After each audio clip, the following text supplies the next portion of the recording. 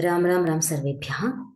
गतवर्गे वयम् अन्वयक्रमः इत्यत्र कथम् अन्वयः करणीयः तत्र आकाङ्क्षाक्रमेण किञ्चित् ज्ञातवन्तः। तत्र प्रथमे पाठे यः श्लोकः आसीत् तं श्लोकं ज्ञातवन्तः। अद्य द्वितीयस्य पाठस्य अन्वयक्रमं पश्यामः। आदौ वन्दनं कुर्मः। गुरुरेव गतिर्गुरुमेव भजे, गुरुनैव सहास्मि नमो गुरवे। न गुरोः परमं शिशुरस्मि गुरोः, मतिरस्ति गुरौ मम पाहि गुरो। ब्रवीमि संस्कृतं वाचा, ध्यायामि संस्कृतं हृदा, कुर्वे सेवाञ्च कायेन वन्दे संस्कृतमातरम्। यो नरः संस्कृतव्योम्नि ह्यालयं रमते मुदा, संस्कृतिं चैव संस्कारं विन्दते नात्र संशयः। सर्वेषां हार्दं स्वागतम्। आदौ कण्ठपाठः। तत्र शब्द गतपर्याये बुद्धिमान् बुद्धिमती इति शब्दद्वयं पठितवन्तः। अस्मिन् पर्याये गुणवान् गुणवती इति शब्दरूपाणि पठामः। प्रमोद महोदय। राम राम राम भगिनी। राम राम राम। तकारान्तः पुल्लिङ्गः गुणवत् शब्दः, तकारान्तः पुल्लिङ्गः गुणवत् शब्दः, गुणवान् गुणवन्तौ गुणवन्तः, गुणवान् गुणवन्तौ गुणवन्तः, हे गुणवन् हे गुणवन्तौ हे गुणवन्तः, हे गुणवन् हे गुणवन्तौ हे गुणवन्तः, गुणवन्ततः, गुणवन्तं गुणवन्तौ गुणवतः, गुणवन्तं गुणवन्तौ गुणवतः, गुणवता गुणवद्भ्यां गुणवद्भिः, गुणवता गुणवद्भ्यां गुणवद्भिः, गुणवते गुणवद्भ्यां गुणवद्भ्यः, गुणवते गुणवद्भ्यां गुणवद्भ्यः, गुणवतः गुणवद्भ्यां गुणवद्भ्यः, गुणवतः गुणवद्भ्यां गुणवद्भ्यः, गुणवतः गुणवतोः गुणवतां, गुणवतः गुणवतोः गुणवतां, गुणवति गुणवतोः गुणवत्सु। गुणवती गुणवतोः गुणवत्सु। धन्यवादः महोदय। धन्यवाद भगिनी, धन्यवाद। एवं सत्यवान् धैर्यवान् इत्यादीनामपि रूपाणि भवन्ति। अग्रे स्त्रीलिङ्गे कथं भवति इति पश्यामः। रञ्जनी भगिनी। राम राम राम राम। राम राम राम। ईकारान्तस्त्रीलिङ्गः गुणवती शब्दः, ईकारान्तस्त्रीलिङ्गः गुणवती शब्दः, गुणवती गुणवत्यौ गुणवत्यः, गुणवती गुणवत्यौ गुणवत्यः, हे गुणवती हे गुणवत्यौ हे गुणवत्यः, हे गुणवती हे गुणवत्यौ हे गुणवत्यः, गुणवतीं गुणवत्यौ गुणवत्यः, गुणवतीं गुणवत्यौ गुणवत्यः, गुणवत्या गुणवतीभ्यां गुणवतीभिः, गुणवत्या गुणवतीभ्यां गुणवतीभ्यां गुणवतीभिः, गुणवत्यै गुणवतीभ्यां गुणवतीभ्यः, गुणवत्यै गुणवतीभ्यां गुणवतीभ्यः, गुणवत्याः गुणवतीभ्यां गुणवतीभ्यः, गुणवत्याः गुणवतीभ्यां गुणवतीभ्यः, गुणवत्याः गुणवत्योः गुणवतीनां, गुणवत्याः गुणवत्योः गुणवतीनां गुणवत्यां गुणवत्योः गुणवतीषु गुणवत्यां गुणवत्योः गुणवतीषु. धन्यवादः भगिनी। Thank you. एवं स्त्रीलिङ्गरूपाणि भवन्ति। अग्रे इदानीम् अन्वयक्रमं पश्यामः। तत्र पूर्वम् अन्वयक्रमः इत्यत्र किमर्थम् अन्वयः करणीयः, तत्र केन क्रमेण अथवा विशेषणं भवति चेत् कथम् इत्यादि अस्माभिः प्रश्नः कीदृशः भवेत् इत्यादिकं वयं ज्ञातवन्तः। अद्य द्वितीयपाठः।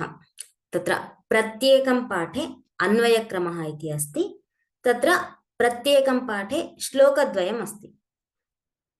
गतपर्याये प्रथमपाठस्य दृष्टवन्तः। अद्य द्वितीयपाठं पश्यामः। तत्र किमर्थम् अन्वयः करणीयः? अर्थबोधः शीघ्रं भवतु इत्यर्थम् अन्वयं कुर्मः। तत्र अन्वयकरणसन्दर्भे किं किम् अस्माभिः द्रष्टव्यम् इति चेत् कर्तृपदं किं, कर्मपदं किं, क्रियापदं किम् इति। एकवारं क्रिया ज्ञायते चेत् तेन कर्ता कः इत्यादि किं कारकाणि उपयुज्य प्रश्नः करणीयः। यदा एवं प्रश्नं कुर्मः तदानीम् एकम् अन्वयं प्राप्नुमः। इत्युक्ते श्लोके पदानि इतस्ततः भवन्ति। यदा प्रश्नद्वारा कारकाणाम् अन्वयं कुर्मः तदानीम् एकं वाक्यरूपेण वयं पदानि सङ्ग्रहीतुं शक्नुमः। तत्र एवम् अन्वयकरणे आकाङ्क्षाक्रमः इति वयं कश्चन क्रमम् आश्रयितुं शक्नुमः।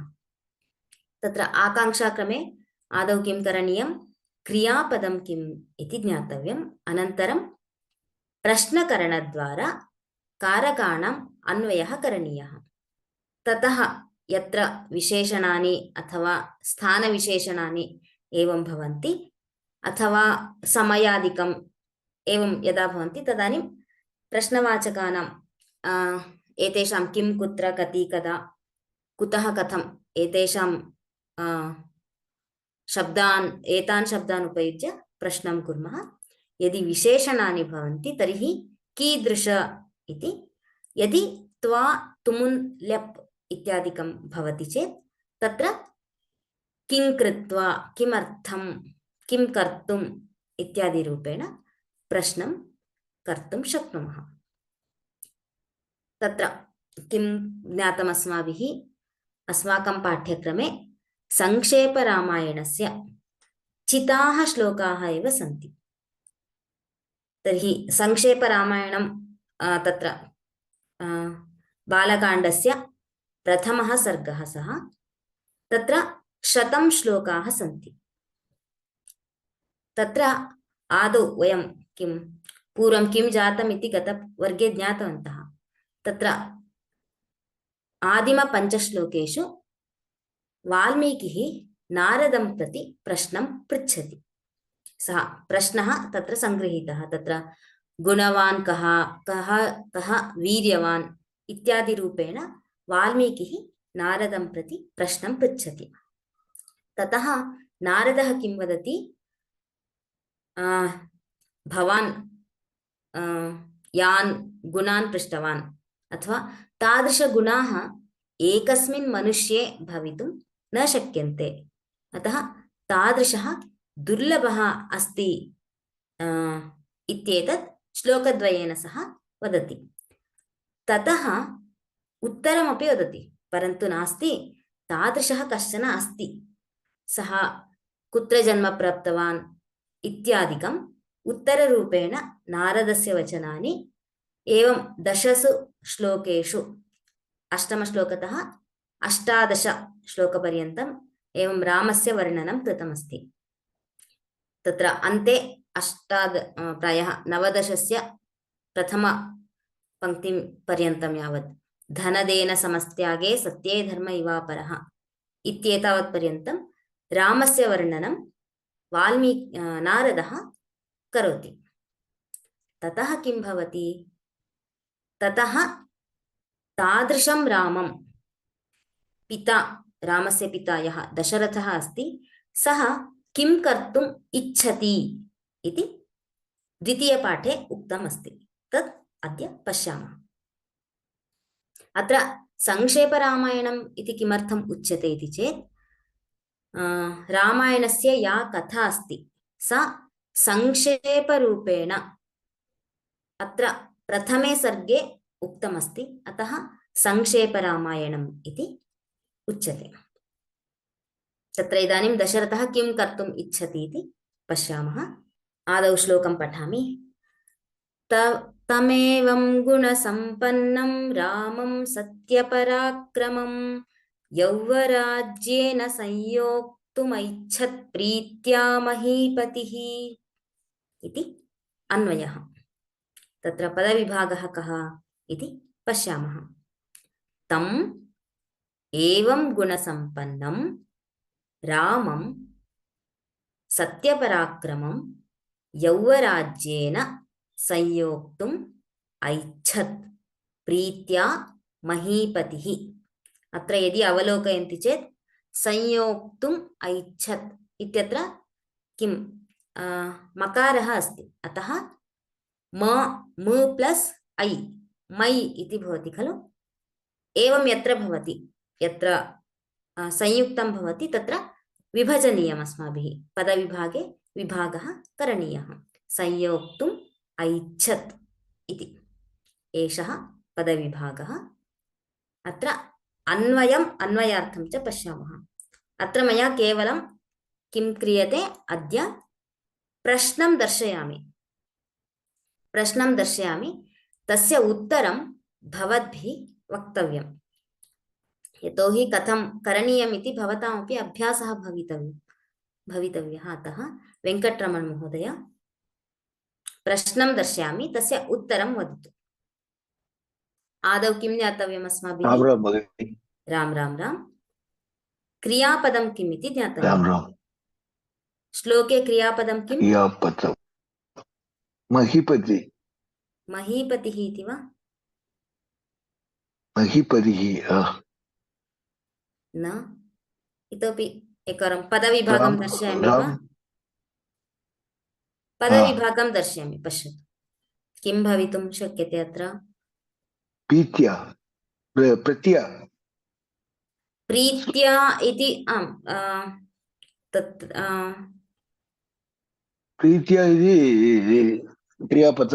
क्रियापदं भवितुं नार्हति। ऐच्छत् इति क्रियापदम्। एच्छत् ऐच्छत् ऐच्छत् सारी भगिनि, चिन्ता नास्ति। ऐच्छत् इति क्रियापदम्। इदानीं प्रश्नः, अग्रिमः प्रश्नः, कः ऐच्छत्? कः ऐच्छत्? अत्र यत्किमपि सम्यक् न, सम्यक् प्रथमा विभक्ति किमपि रूपम् अस्ति वा अत्र? रामम् इति द्वितीया विभक्तिः। प्रथमा विभक्ति रूपं किम् अस्ति अत्र? श्लोके अन्तिमं पदं किम् अस्ति? The last word in the shloka. What is it? महीपतिः।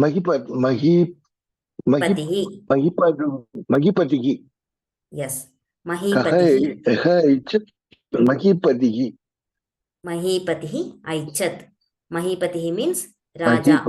ऐच्छत् राजा। Okay, madam. Next question. किं कर्तुम्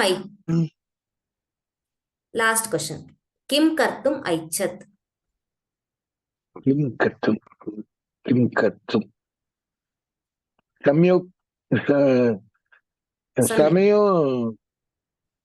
संयोक्तुम् ऐच्छत्। Thank you. धन्यवादः।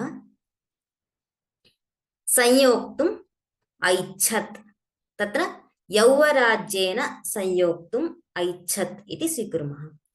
यौवराज्येन इत्युक्ते तं युवराजं कर्तुं दशरथः इष्टवान् इति। अग्रिमप्रश्नः अमृता भगिनी। राम राम नमस्ते। राम राम राम। कथं संयोक्तुम् ऐच्छत्? सत्य पराक्रम। नो नो सॉरी प्रीत्या। सम्यक्। प्रीत्या। ओके नेक्स्ट कं संयोक्तुम् ऐच्छत्? कं द्वितीया विभक्ति रूपं किम् अस्ति? रामं। सम्यक् रामं संयोक्।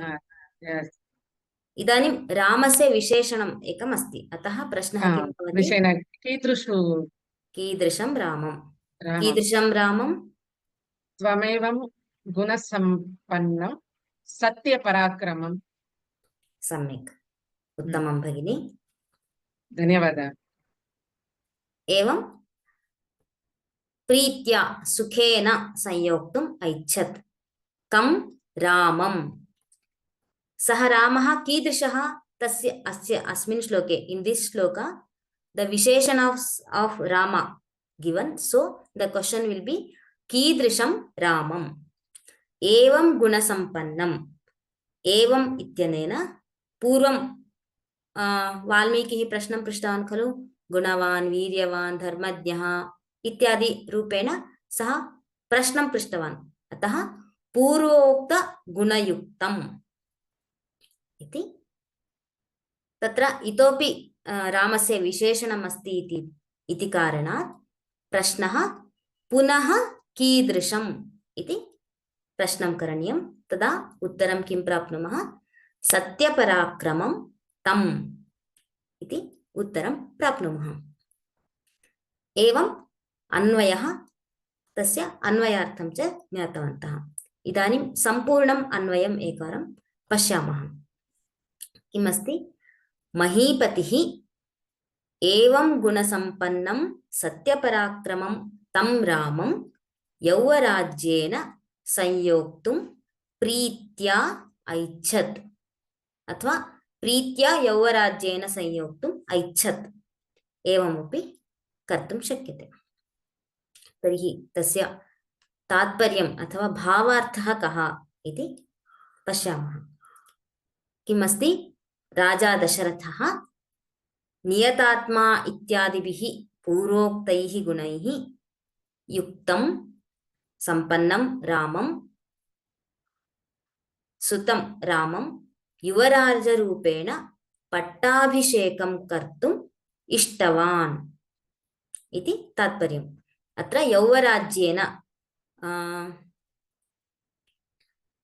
किं पट्टाभिषेकं यथा कुर्वन्ति, इदानीं राजा अस्ति चेत् सः महाराजा, इदानीं दशरथः महाराजा, तस्य पुत्रः युवराजः भवति, अतः तम् अग्रे किमर्थं सः पट्टाभिषेकं कर्तुम् इच्छति? स्वस्य अनन्तरं मम पुत्रः किं राज्यभारादिकं पश्यतु इति कारणेन सः युवराजरूपेण रामं पट्टाभिषेक्तुम् इच्छति।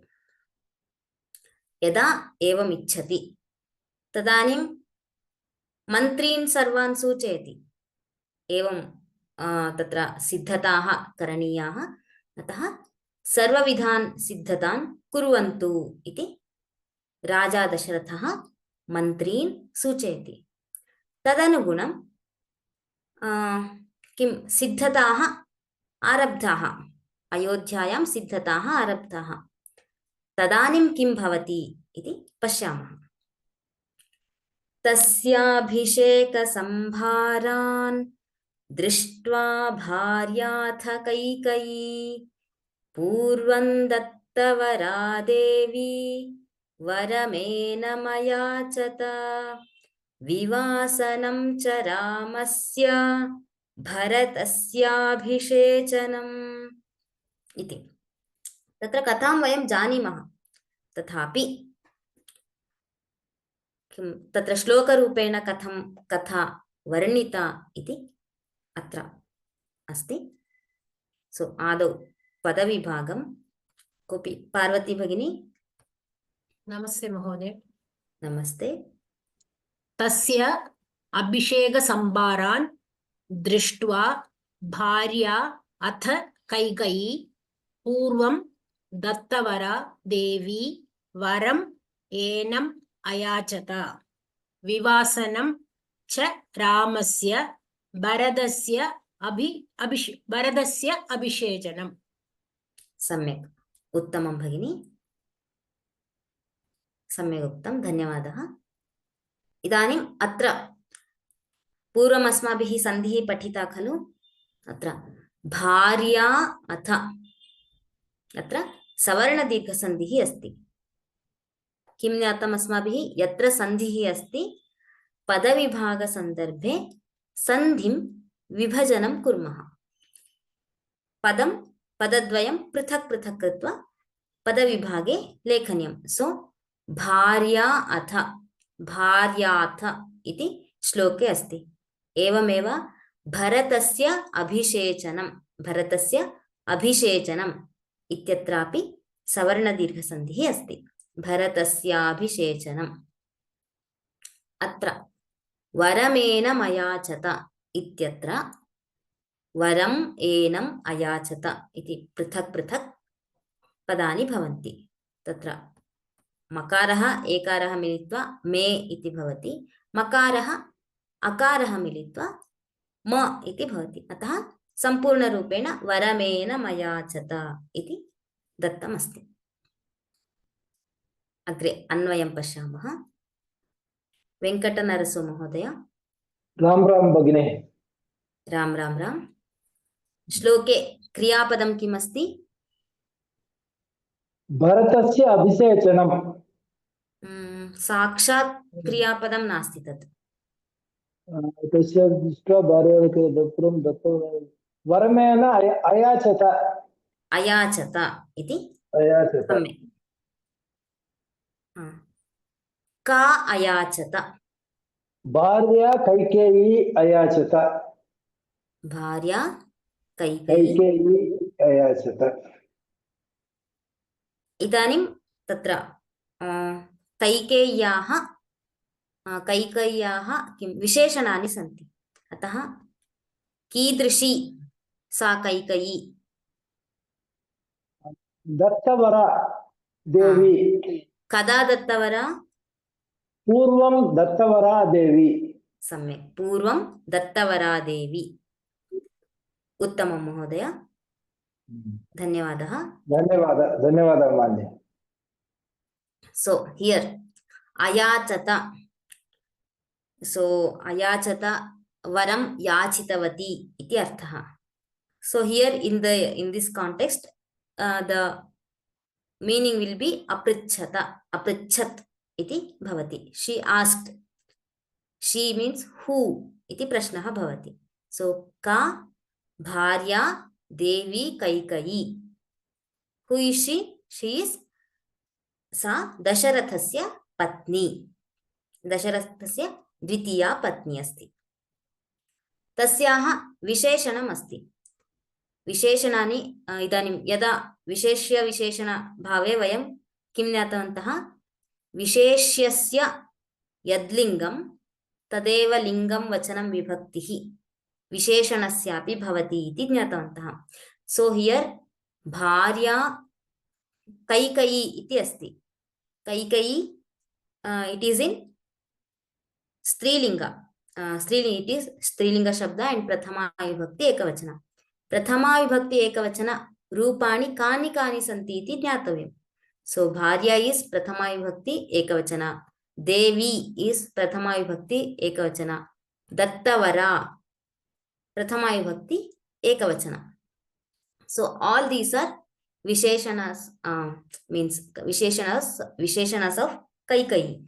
So Bharya Devi Kaikeyi sa कीदृशी? पूर्वं दत्तवरा, पूर्वं दशरथेन वरं प्राप्तवती। अतः पूर्वं दत्तवरा इति देव्याः कैकेय्याः विशेषणमस्ति। अग्रे अन्ये केऽपि हस्तं न उत्तोलयन्ति वा? सुब्रमण्यन महोदय। नमस्ते भगिनी। नमस्ते। किं कृत्वा अभिषेकसंभारान् दृष्ट्वा उत्तमम् अभिषेकसंभारान् दृष्ट्वा वरम् अयाचत पुनः इदानीं कस्य अभिषेकसंभारान् दृष्ट्वा रामस्य अभिषेकसंभारान् दृष्ट्वा अत्र रामस्य इति सूचयितुं तस्य इति आदौ अस्ति श्लोके तस्य इति आदौ अस्ति उत्तमम् अथ देन् इति अर्थः किम् अकरोत्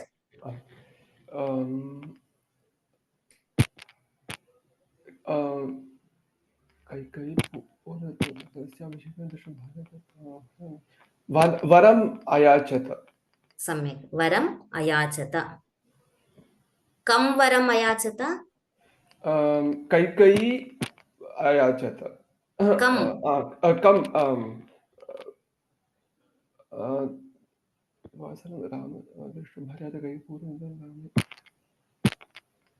दशरथम् अयाचत so which word is referring Dasharatha here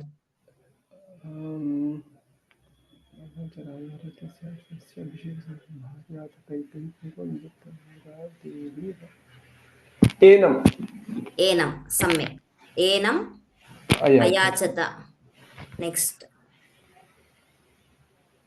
किम् इति अयाचत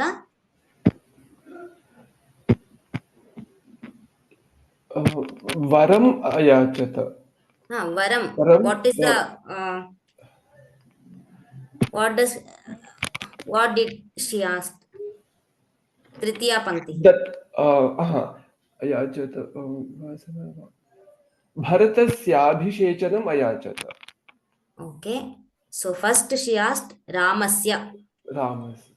रामस्य विवासनम् and भरतस्य अभिषेचनम् अस्तु धन्यवादः महोदय धन्यवादः सो अत्र किञ्चित् पुनः पश्यामः इदानीं किं जातं भार्या कैकेयी वरम् अयाचत इति ज्ञातवन्तः सा किमर्थम् अथवा किमर्थं तथा तस्याः मनः जातम् इति चेत् तत्र किं पश्यति सा अभिषेकसंभारान् दृष्ट्वा अभिषेकसंभारान् इत्युक्ते रामस्य पट्टाभिषेकनिमित्तं तत्र सिद्धताः जायमानाः आसन् तद्दृष्ट्वा सिद्धतां वीक्ष्य अथवा सिद्धतां दृष्ट्वा किं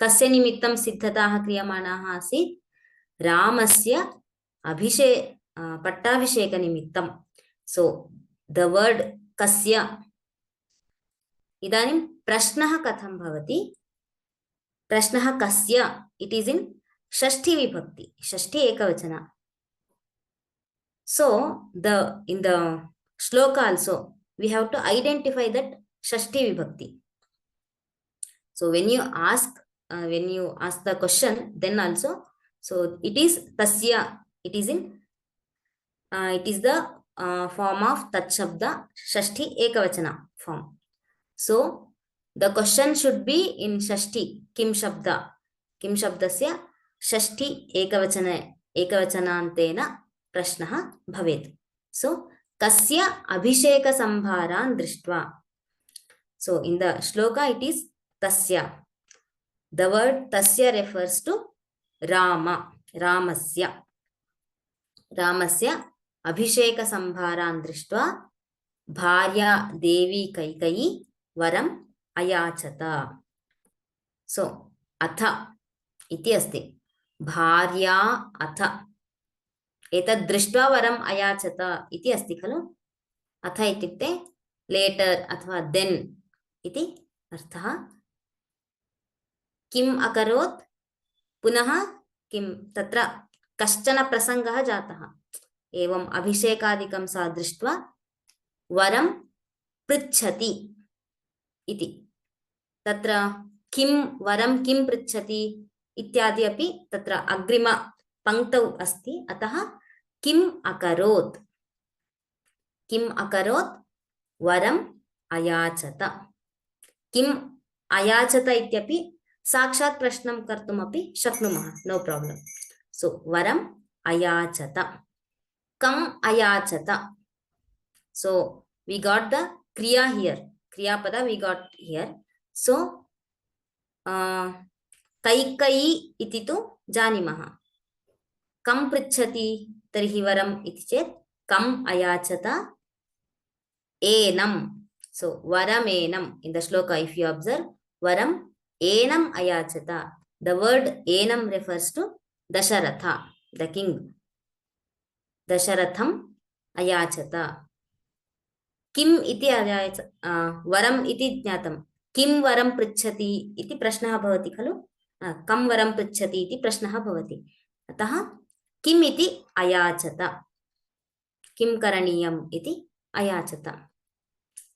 तत्र अस्य पूर्वं दत्तवरा इत्यत्र सा कति वरं पूर्वं दशरथेन प्राप्तवती इति तत्र किं कथा अस्ति. तत्र दशरथः वरद्वयं भवती यदा कदापि पृच्छतु अहं दास्यामि इति वदति. अतः सा इदानीं तस्य उपयोगं करोति.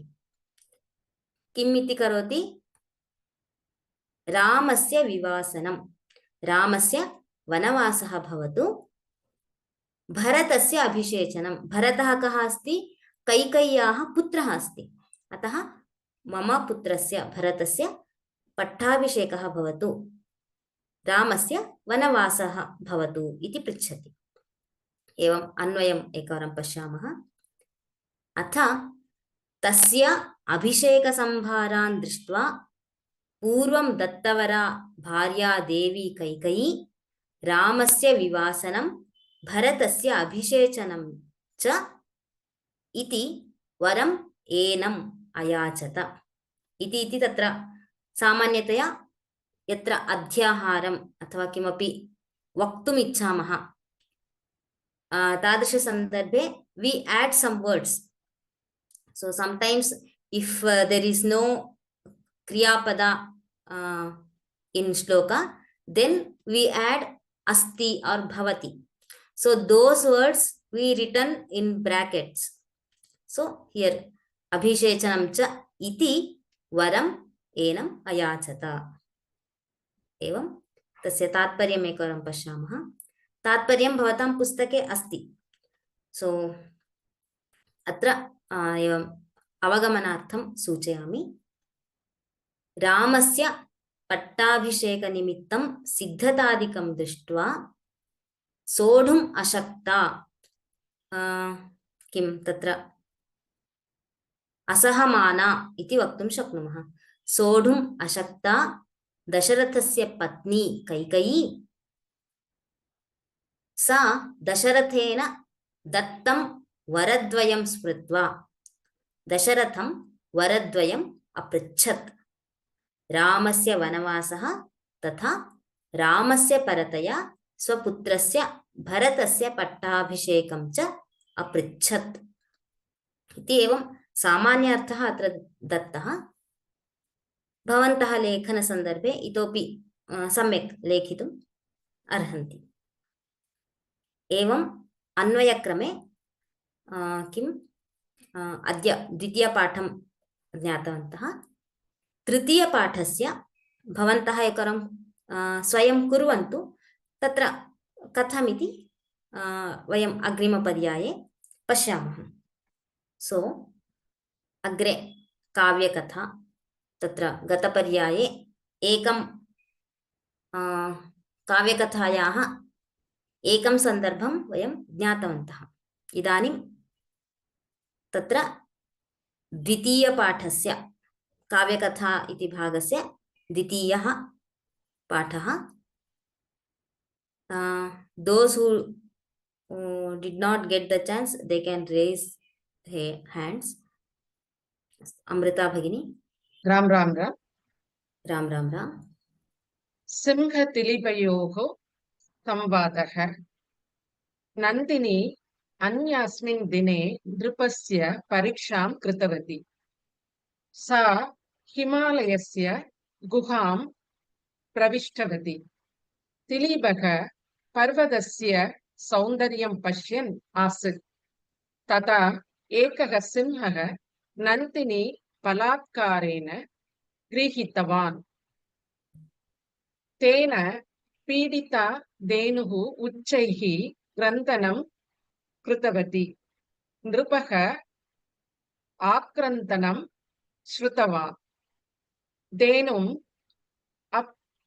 अपश्यत्। धेनुं सिंहः आकर्षति। दिलीपः कुपितः अभवत्। सिंहस्य निशङ्का बाणं स्वीकर्तुं करं स्थापितवान्, किन्तु करः तत्र एव स्थगितः अभवत्। नृपस्य अपमानं सञ्जातं। कोपः अपि अधिकः जातः। अस्तु, धन्यवादः भगिनी। धन्यवादः। अग्रे जयलक्ष्मी बद्रीनाथ भगिनी। नमस्ते महोदय। नमस्ते। तदा नृपम् उद्दिश्य सिंहः, भूपाल, श्रमः मास्तु। तव सर्वं अस्त्रं शस्त्रं च व्यर्थं भवति। अहं शिवस्य सेवकः। मम नामधेयं कुम्भोदरः इति। समीपे देवदारुवृक्षं पश्यसि खलु? पार्वती प्रीतिपूर्वकं तं वृक्षं वर्धितवती। वृक्षस्य रक्षणार्थं पार्वती मां नियुक्तवती। अत्र आगतः प्राणी मम आहारः, अतः धेनुं न त्यजामि इति अकथयत्। सम्यक् भगिनी, धन्यवादः। अग्रे विष्णुप्रिया भगिनी। तत् वचनं श्रुत्वा नृपः, अहम् अपि शिवपूजकः। शिवः गौरवार्हः। मम आचार्यः वसिष्ठः। तस्य धेनुः एवं धनम्। अतः प्रार्थनां करोमि, मम देहं खाद, धेनुं त्यज इति अवदत्। सिंहः किञ्चित् अहसत्। त्वं जगत्प्रभुः, नूतनं वयः, सुन्दरं शरीरम्, इदं सर्वम् अल्पस्य कारणेन त्यजसि किम्?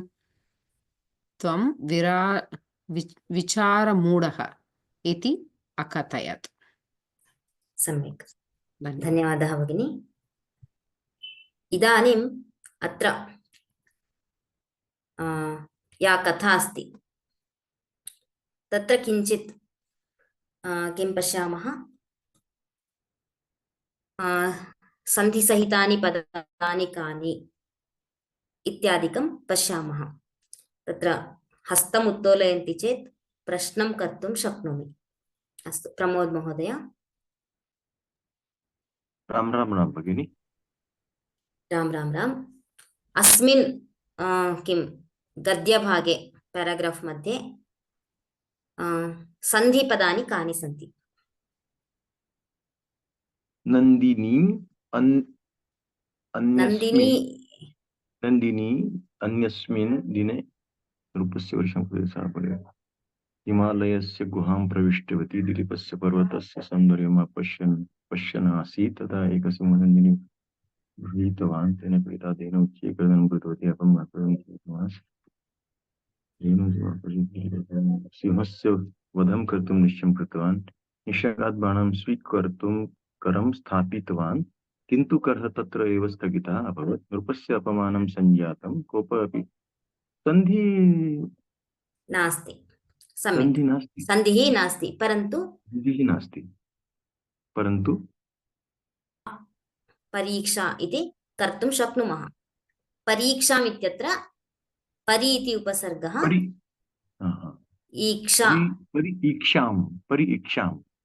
परीक्षाम्। अस्तु, इदानीं तत्र तव तु प्रत्ययान्तेन कानिचन वाक्यानि सन्ति। केवलं क्रियापदं तानि क्रियापदानि सूचयतु। क्रियापदानि हा कृतवती हा सम्यक्। प्रविष्टवती आसीत् आसीत् इति तवतु प्रत्ययान्तं वा?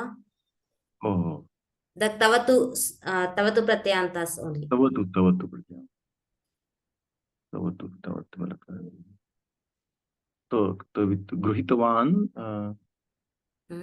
गृहीतवान् तवतु प्रत्यय सम्यक्। गृहीतवान् कृतवती सम्यक्। श्रुतवान् सम्यक्। भवत्यस्य वधं कर्तुं तुमन्तः निश्चयं कृतवान् स्थापितवान्। That's it, I think.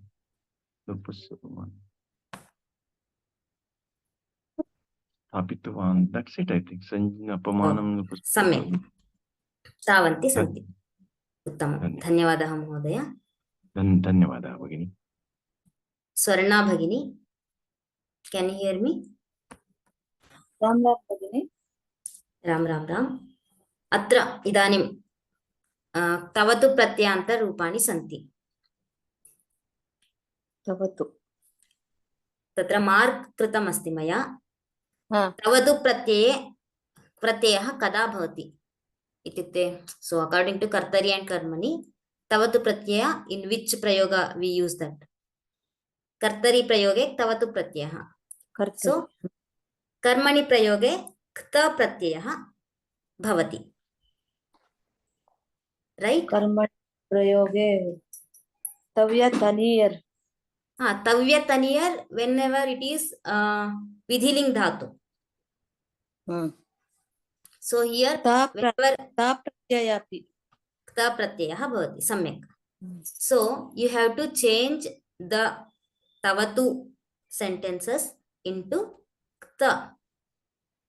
So here if you observe, we can leave the first sentence. सा हिमालयस्य गुहां प्रविष्टवती। ता प्रत्यय प्रविष्टा। प्रविष्टा इति अस्ति। So what is the rule of कर्मणि प्रयोग? The कर्ता should be in तृतीया विभक्ति, कर्मा should be in प्रथमा विभक्ति। Okay, so here sa it will become स्त्रीलिंग। प्रविष्टवती, so प्रविष्टा। सा हिमालयस्य गृहां। सा इति किं भवति? सा इट इज इन प्रथमा विभक्ति। सा Nandini. Okay, yes, that is right. Sa, change the word sa to tritiya vibhakti. तृतीया विभक्ति। तया हिमालयस्य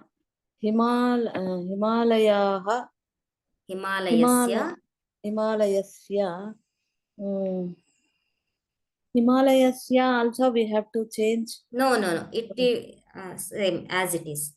Himalayasya गुहां। So is it karma pada or what? Guham is the karma pada, I think. Yes, guham is karma pada. So karma pada should be changed to prathama vibhakti. Guha is strilinga shabda. Guha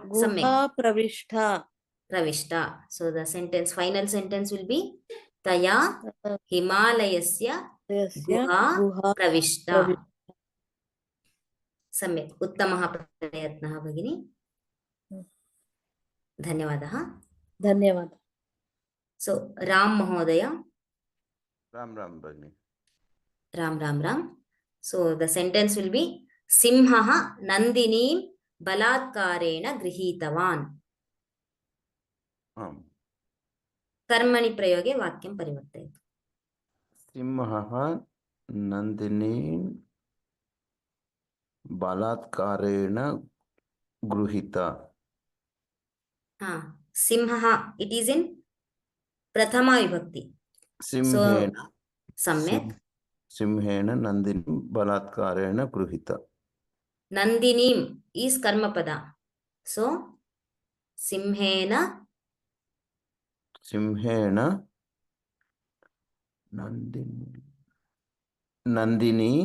Nandini बलात्कारेण गृहीता। सिंहेन नन्दिनी बलात्कारेण गृहीता। सम्यक्। Why it is गृहीता? Why it is not गृहीतः? So what is the rule of kriyapada in karmani prayoga? Kriyapada always follows the karmapada. Karmapada, right? So Nandini, the karmapada is in Strilinga. So Grihita. Not Simha, right? Yes. Dhanyavadah Mahodaya. Dhanyavad. Next, Vidya Bhagini. CT Vidya Bhagini. Amrita Ram Bhagini. Namaste, ma. Next, Namaste. Nripaha Akrandanam Shrutavan. Nripena Akrantaha Srutva. Srutaya. Akrandanam ityeva bhavati. Oh. Nripena Akrandanam Shrutam. Shrutam. Oh. Shrutam. Samyak. Akrantanam Napumsakalinga. So, is it, ma'am? So, yes. Oh. Done. So, next sentence. Next. So, Simhasya vadam kartum nishchayam karoti. Okay, mastu. Atra tatha etad nasti. Astu. Dhanyavadah bhagini. Dhanyavadah. So, this is for practice. I did like this. Tatra danim agre pashamah va. So, किं अद्य अस्माभिः अधीतम् इति चेत् एकं गुणवान् गुणवती इति शब्दरूपाणि ज्ञातवन्तः। एवमेव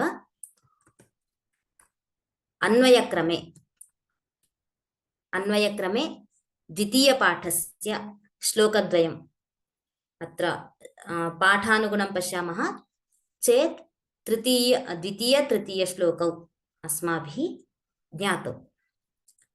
सो पठनाभ्यासः इत्यत्र काव्यकथायाः द्वितीयः सन्दर्भः सिंहदिलीपयोः संवादः इति सन्दर्भः ज्ञातः। तत्र गृहपाठं किम् इति चेत् शब्दरूपाणाम् अभ्यासं करणीयं। गतपर्याये बुद्धिमान् बुद्धिमती शब्दं पठितवन्तः। एवमेव अस्मिन् पर्याये in today's class we have learned gunavan gunavati shabda. So you have to practice all the 4 shabdas. So if I have informed the 4 shabdas, you have to remember the previous shabdas also. So purvam pathitanam vismaranam na bhavet. So next Anvayakrame Agrima Shlokan. So you can take the 3rd lesson. Agrima Shlokayoho Akanksha Kramena Anvayam Likhantu. So you have to check first what is Kriyapada, Karta Kaha, Tatra Sandarbham Drishtva Kim Asti iti Prashnanugunam Anvayam Likhantu. तत्र प्रत्येकं पाठे श्लोकद्वयं भवति। यदि सर्वेषां पाठानां न भवति चेदपि you can do at least for 3rd lesson. For 2 shlokas you can do. Agre prashnaah santi va? So last time there was a confusion.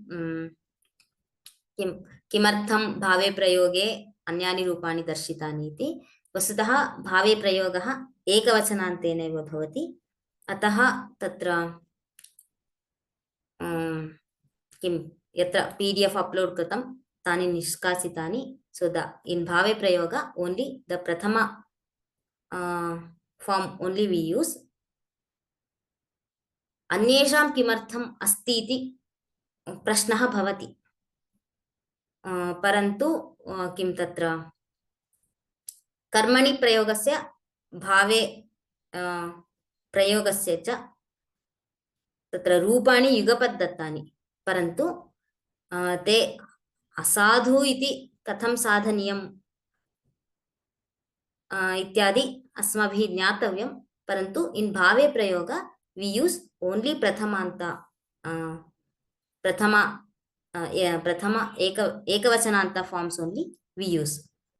अतः तत्र एतत् निष्कासितं, टेबल्स् पूर्वं निष्कासितम्.